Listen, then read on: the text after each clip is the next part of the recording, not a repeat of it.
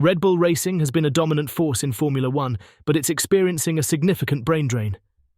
Key personnel such as Rob Marshall, Jonathan Wheatley, and the legendary Adrian Newey are departing, with Marshall now believed to be the mastermind behind McLaren's controversial Flexi-Wing saga. Meanwhile, Will Courtney, Red Bull's head of race strategy, is set to leave the team in mid-2026 to join McLaren as sporting director. Courtney's departure is a notable loss, as he played a pivotal role in Red Bull's dominant race strategies alongside Hannah Schmitz, the team's current head strategy engineer. McLaren is poised to benefit from this strategic expertise, and Red Bull has already begun reshuffling its leadership structure. Verstappen's race engineer, Giampiero Lambiase, will take on more senior responsibilities, while Steve Knowles steps into the head of sporting role following Wheatley's exit to Audi. Verstappen is confident about these changes, stating, "In itself, these are logical steps, with certain roles being divided among several people." How will Courtney's strategic insights shape McLaren's future success? And will Red Bull maintain their dominance without him? McLaren has been in the spotlight for their innovative yet controversial Flexi-Wing. Video footage showed Oscar Piastri's rear wing opening without DRS activation, raising eyebrows across the paddock. While McLaren informed the FIA that they would no longer use the wing to avoid sanctions, the innovation sparked praise and criticism alike.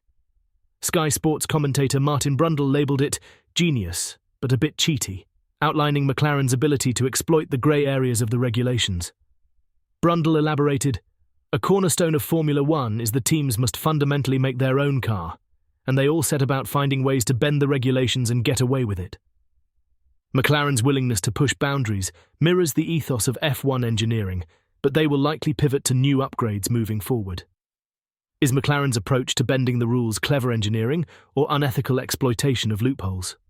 Max Verstappen's frustration with the FIA reached new heights after he was handed a community service penalty for using inappropriate language during a press conference. Verstappen dismissed the punishment as silly and even hinted that it could speed up his potential retirement from F1. Adding to the controversy, GPDA chairman Alexander Wurz questioned the FIA's inconsistent stance, especially compared to how Guenther Steiner's colourful language on Netflix's Drive to Survive was seemingly celebrated without consequences.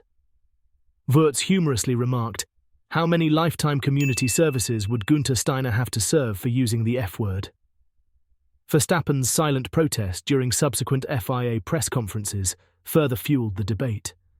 Even veteran commentator Martin Brundle weighed in, calling the situation churlish all round, and stressing that while drivers should control their language, the punishment felt disproportionate.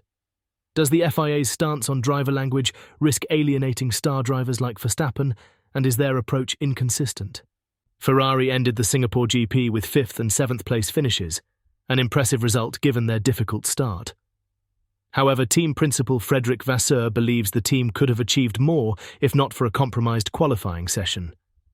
Despite this, Ferrari's race pace, particularly in the last 25 laps, matched the speed of Lando Norris, a sign that the team is moving in the right direction.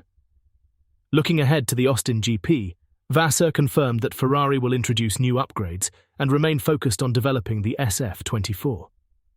He also downplayed the controversy surrounding McLaren's rear wing, asserting, "As far as I understand, they won't use that wing anymore, so I think it's a closed issue." Ferrari is intent on continuing their progress, with Vasseur acknowledging that improvements in both qualifying and race pace are essential to closing the gap with Red Bull. Can Ferrari's new upgrades help them close the gap to Red Bull, or will their focus on the 2025 car slow progress this season? Mercedes' strategy in Singapore left Lewis Hamilton dejected after a decision to start on soft tyres backfired. While most drivers in the top 13 started on medium compounds, Hamilton's strong P3 in qualifying was undone by rear tyre degradation during the race. Post-race, Hamilton's frustration was clear when he remarked over the team radio, "Sometimes I wonder why I do this." Team principal Toto Wolff admitted the error, explaining that the decision was based on historic Singapore race patterns, which turned out to be inaccurate. "We thought the soft tyre would give a good opportunity at the start, and that was the wrong decision that we all took together jointly," Wolff acknowledged.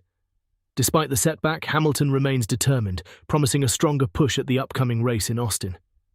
Can Mercedes bounce back from their strategic missteps, and how will Hamilton regain momentum after a frustrating season?